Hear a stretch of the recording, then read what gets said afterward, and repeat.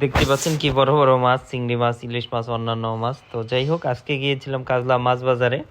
তো কিরকম দাম কি আসে বিষয় সেটাই জানাবো আপনাদেরকে। তো পুরো ভিডিওটা যদি আপনারা দেখেন সেক্ষেত্রে কিন্তু জানতে পারবেন যে আজকে কোনটার রেট কত টাকা, কি আসে বিষয়ে, অথবা কখন আপনাকে বাজারে যেতে হবে, কখন আপনি ভালো জিনিসগুলো পাবেন একদম সস্তা বা চিপ রেটের মধ্যে। তো সেটাই মূলত আজকের এই ভিডিওতে আপনারা জানতে পারবেন। এভরিওয়ান, বরাবরের মতোই আমি জিল্লুর রহমান। সকালে ঘুম থেকে 5টার দিকে উঠে যেতে হচ্ছে।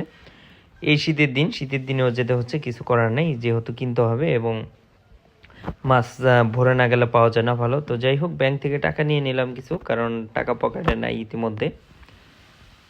যে টাকা রয়েছে সেই টাকা দিয়ে হবে না। এটা হচ্ছে যাত্রাবাড়ি মাছের আড়তে।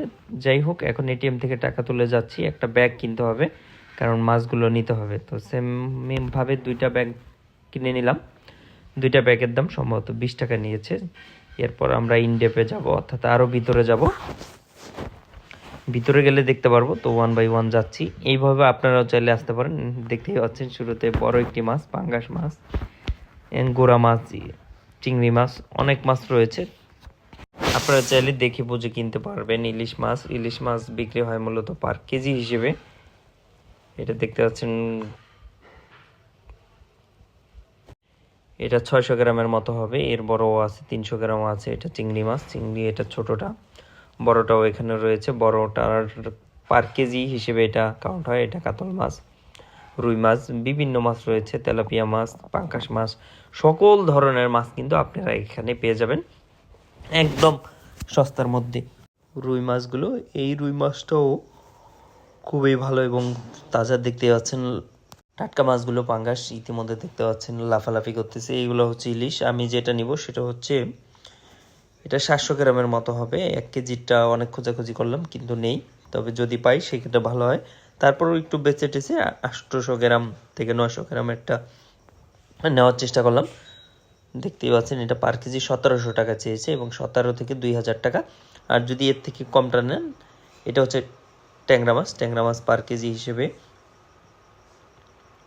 ট্যাংরা মাছের কেজি সম্ভবত আপনার 300 থেকে 500 টাকার মধ্যে। চিংড়ি মাছ 700, 800 এবং 1000 থেকে 1500 টাকা পর্যন্ত চিংড়ি মাছের কেজি রয়েছে। এটা দামটা ডিপেন্ড করবে হচ্ছে আপনার মাছ কতটুকু বড়, ছোট না বড়, তার উপর ডিপেন্ড করবে কেজি রেট আর কি।